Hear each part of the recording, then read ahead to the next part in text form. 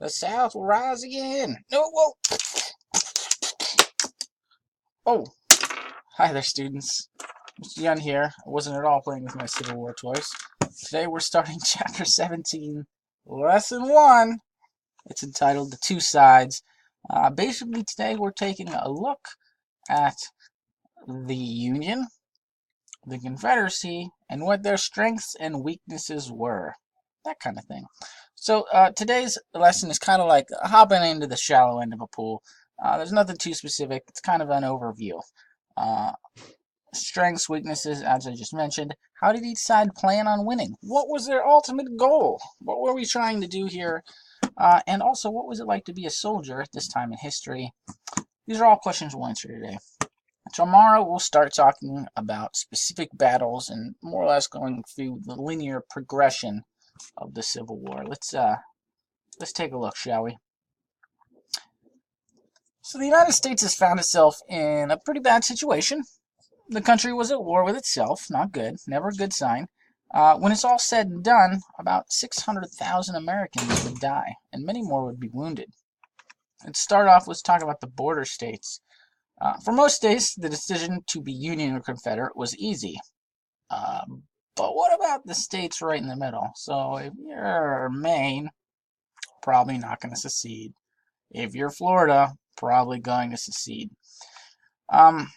But the decisions were harder for these states right here in the middle, known as border states. We have Delaware, Maryland, Kentucky, and Missouri.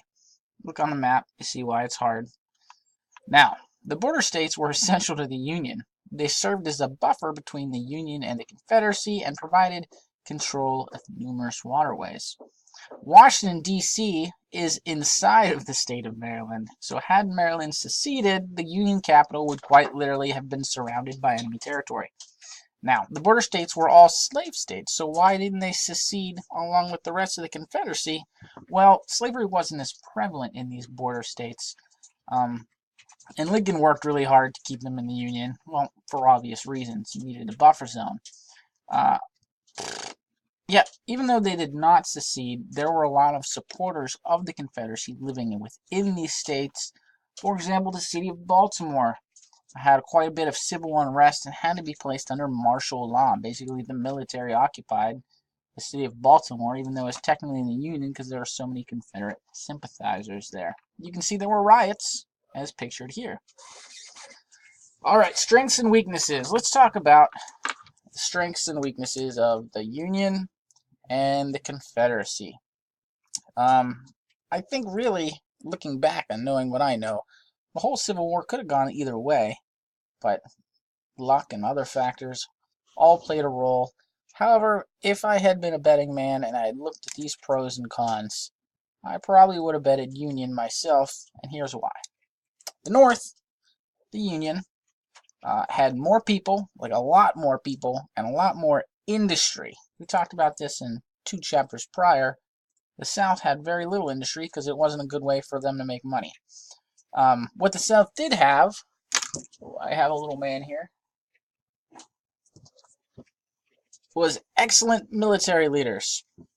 And ultimately, they also had more skin in the game. They were ready to fight. They had left the Union because they were so passionate for their cause. They were ready for it. Their hearts were in it.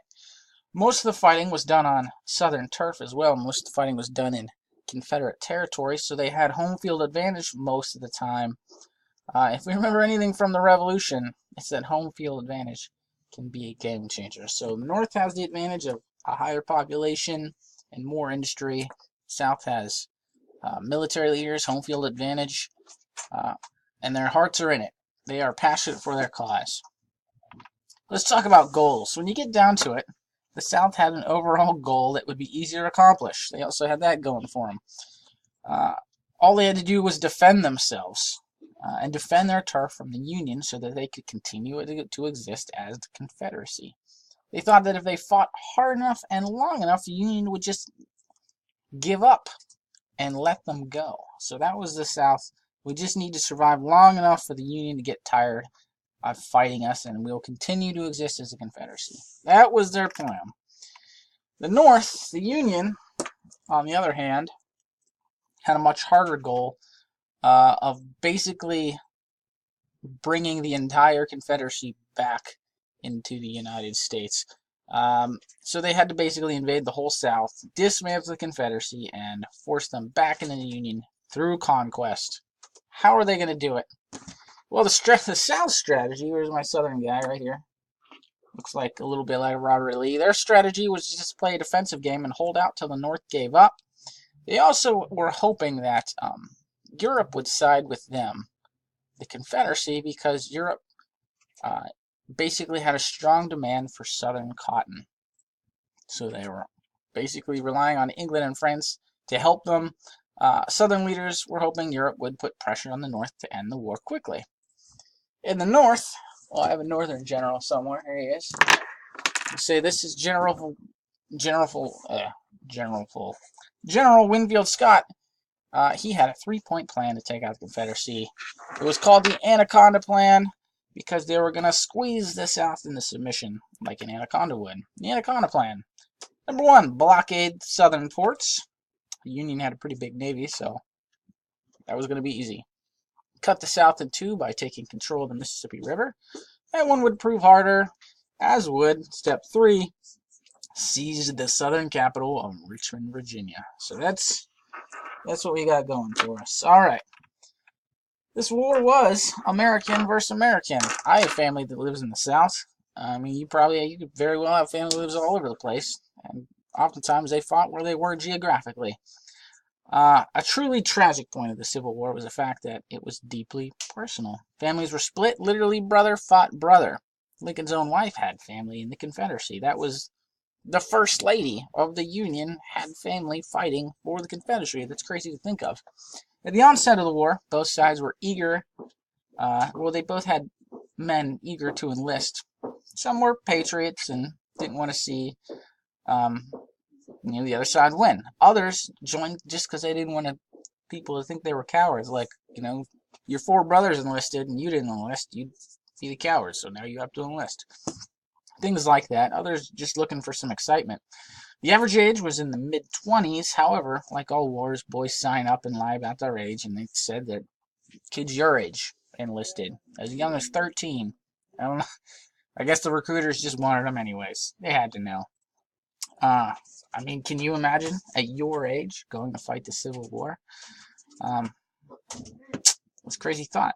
Over half the soldiers in both armies were farmers, so a lot of farmers fighting. African Americans were initially not allowed to enlist, not even in the Union, but they were allowed a few years into the war, and we'll learn about some black regiments of distinction in the coming days. In the South, having African American soldiers wasn't even considered until the very end of the war, and by the time it would have been enacted, the war would have been over. Basically, in the South, they came to the conclusion that arming their slaves probably wasn't a prudent idea, probably not a great idea for them. By the summer of 1861, the Union Army had swelled to 187,000 soldiers. They were known as Yankees. So Union soldiers were called Yankees. The Confederate Army had swelled to 112,000 rebels. So Yankees versus rebels. By war's end, over 2 million men served in the Union Army, with 200,000 of them being African Americans. The Confederate Army would max out at 900,000. So you see, Union numbers are bigger as you would expect them to be. Quickly on the life of a soldier as a veteran, I can tell you that some things never change. There's a romanticized life of a soldier with honor and campfires and songs and marches, but it actually can be pretty dull. You drill, you eat crappy food, you drill again, you've guard duty, it rains, you drill again, it rains again, you eat more crappy food. You get my point. Back then, though, the food was worse, and there was a lot more sickness. Illness doesn't spread rampant anymore in today's military. And medical technology just wasn't what it is now. The horrors of war, the screams of the dead and dying, the monotony, it was too much for some. Desertion was a major problem during the Civil War for both the Union and the Confederacy. We're going to call that for today. That's the end of Lesson 1. Tomorrow we'll learn about the early years of the war.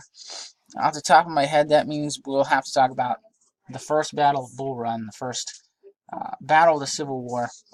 They didn't know what they were getting into. I kid you not, there were spectators for the first battle of the Civil War. People thought it was going to be like a big fist fight between the North and their southern little brother or something.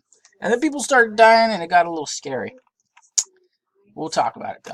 For today, you have just a simple quiz. Uganda quiz, 10 points. You'll have multiple attempts if you need them. If you ever need another attempt, just let me know. I'll usually grant it. That's it for today.